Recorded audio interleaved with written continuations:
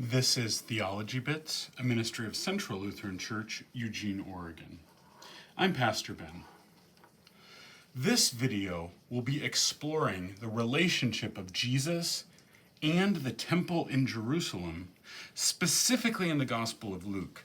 And it's going to be specifically in the Gospel of Luke for a few reasons. One is that in our church year system, we are in the Gospel of Luke as our emphasis here this year, in this church year.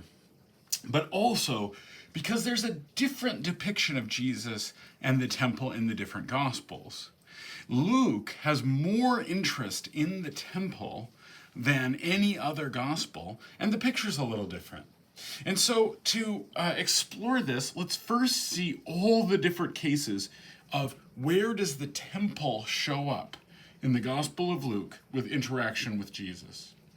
Well, the first place it shows up, kind of in parentheses, is with Zechariah, who never says it's the temple, but says he's the high priest who goes next to the altar of the Lord, and that sounds certainly an awful lot like the temple. And then where we have it clearly is at the circumcision of both Jesus and John, which is quite a narrative with the character of John the Baptist, that's where we have this whole dialogue of what his name is going to be, and then Zechariah's song, the so-called Benedictus, that Zechariah sings of and prophesies of who this child will be. And all that happens in the temple. Jesus said is circumcised in the temple, but it doesn't tell you much more than that. Then there is the sacrifice, the offering that is made in the temple on behalf of Jesus as the eldest son in the family. This is a sacrifice that was all the way back to Exodus chapter 12. That is from the Passover, that the oldest son in the family is bought back through a sacrifice. And that's what Joseph and Mary do. They go to the temple and they offer this sacrifice, and there they meet Simeon and Anna, where Simeon has this beautiful poetic speech. Lord, you now could dismiss your servant in peace, for my eyes have seen your salvation. And Anna, who says would not die before she has seen the Messiah. And so you have this wonderful thing that happens in the temple, all in the temple. Then you have the boy Jesus, a lot of people hypothesize around 12 years old, in the temple discussing with the Pharisees and religious leaders. And so I put all this in the same color because all of this is usually considered one way or another part of the birth narrative. So at the very beginning, this is chapter 1, the rest of this is chapter 2, but the very beginning of the Gospel of Luke, we're in the temple.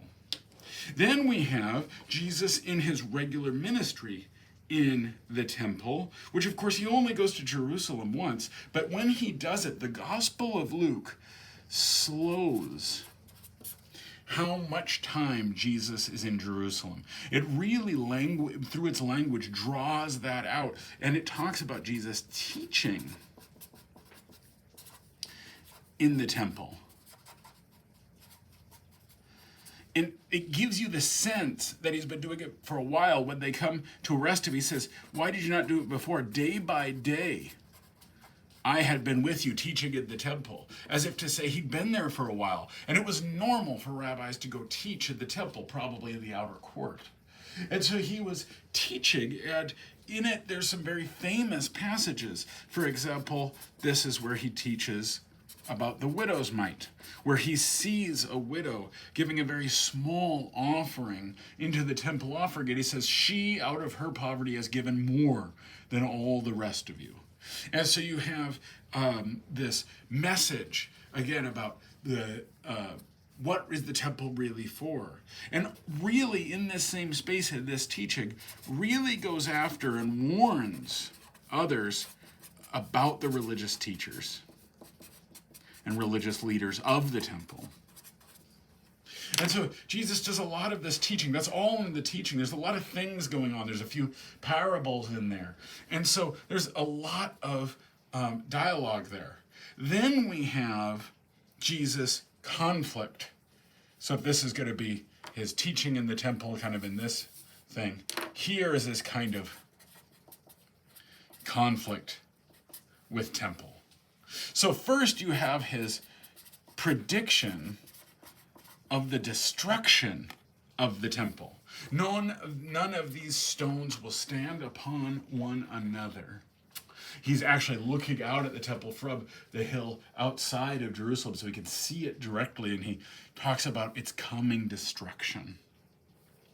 Then you have the so-called, you see I put it in quotes here, cleansing of the temple. The reason I put that in quotes is because this is what we call it.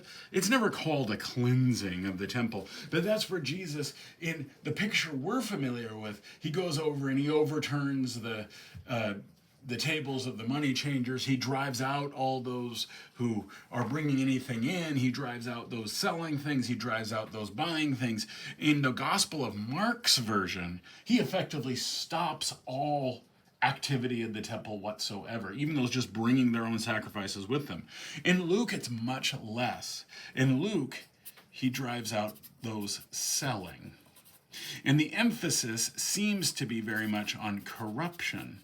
I emphasize that because sometimes that has been seen as the emphasis in all the Gospels, but in the other Gospels there's a different emphasis, which is about how the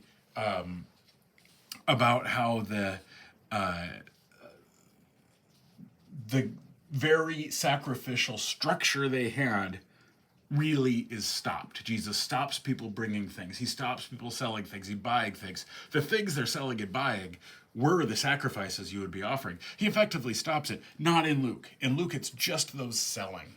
And it seems to be tied to, you religious teachers were the ones doing the selling. You are leading people astray. And then the final kind of conflict with the temple is at Jesus' death. The curtain of the temple torn in two.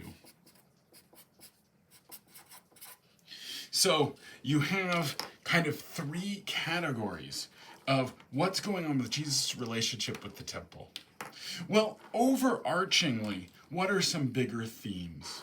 Well, there's quite a few things going on. One is you definitely see an emphasis of piety, temple piety in this thing. Jesus is working as a rabbi would, obviously offering sacrifices as one would. Seeing what really makes good temple piety. See, the widow's mite is a better offering than these others. Rather than saying, just get rid of offerings, saying, no, do it right.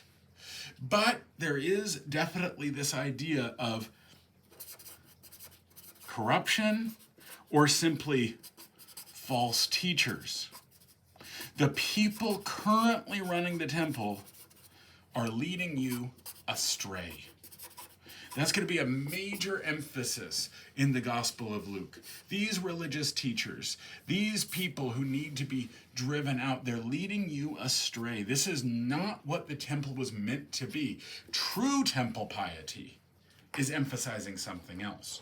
True temple piety should be for all people. This should not be exclusionary. It should be inclusionary. True temple piety is going to be helping people express who they are before God. That's what the temple was for. And so then it's more about your intent and the piety you really have. You get the sense in the Gospel of Luke that if you just use the temple right, it would be really helpful. And it is far less conflict than the others. Now, Jesus does predict the destruction of the temple. It will happen. And he says, you're running it so wrongly. The emphasis is you're running it so wrongly, eventually that's going to be its destruction. But it doesn't actually happen in the Gospels. And even in the second volume of the book of Acts, Paul comes back to Jerusalem and offers a sacrifice in the temple, a regular sacrifice in the temple. The temple is not a negative thing in Luke. It's not even in conflict with Jesus, except for you're not using it rightly. So it's more like the messages we hear, say, in the book of Jeremiah, or the book of, in the Old Testament, where you have the message of you're using the temple wrongly and you think it's providing you security, but it's not. God is the God of the people, not the God of the temple per se. The temple is there on behalf of the people, not the other way around, and you've confused it. So this has just been a overview of how the temple works in the Gospel of Luke, and I would encourage you, now go through, read the Gospel of Luke. It's not that long to read through, and just look at every time the temple comes up, what do you see happening there? And it'll be a useful exercise for you to be looking at and engaging in a deeper theme in the Gospel of Luke. This has been Theology Bits. I'm Pastor Ben.